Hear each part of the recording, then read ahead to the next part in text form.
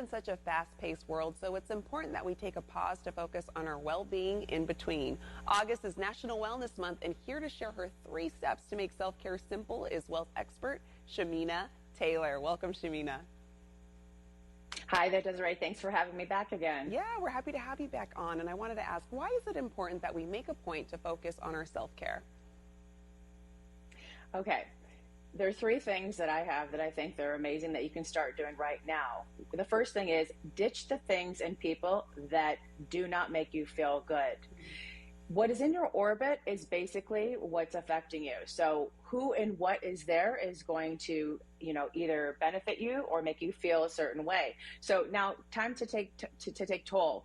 What are you being exposed to, and what can you not be exposed to? So it's time to put yourself first and remove the things that make you feel unhappy or the people that might feel a little toxic. Yeah, that makes a lot of sense. And I wanted to ask, does our environment and surroundings add to self-care?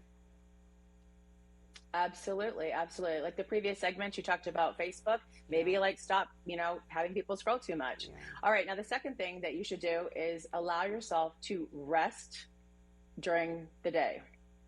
Actually rest. And one of the things that you can do is sleep is not just for the nighttime. You need to rest and recharge. So maybe have a bubble bath, or maybe you can go and have a power nap. You need to rest so that you can refresh. And when you start doing this, you're going to be able to recharge throughout the day.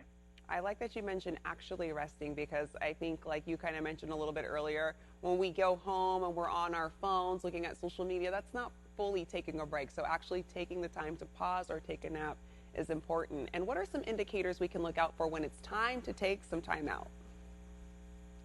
Okay. Well, when you start feeling, sluggish, or you notice that you're getting maybe the brain fog, or maybe you're feeling somewhat, overwhelmed, these are the times where you have to sit back and start taking these steps in so that you can then start being productive. Being still actually has a lot of power in it.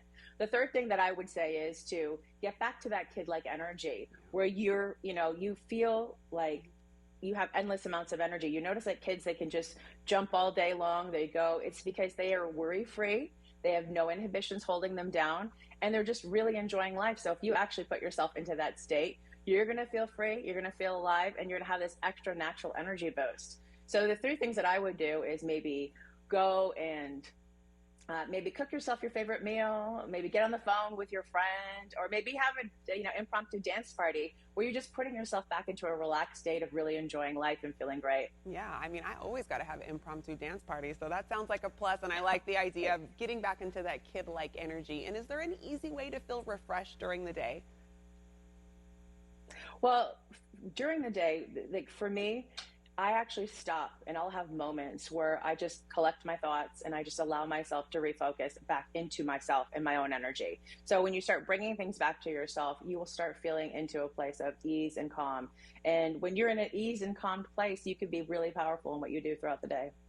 Shamina, all very helpful tips to have us feel energized and getting back into our self-care. Thank you so much for joining us this morning.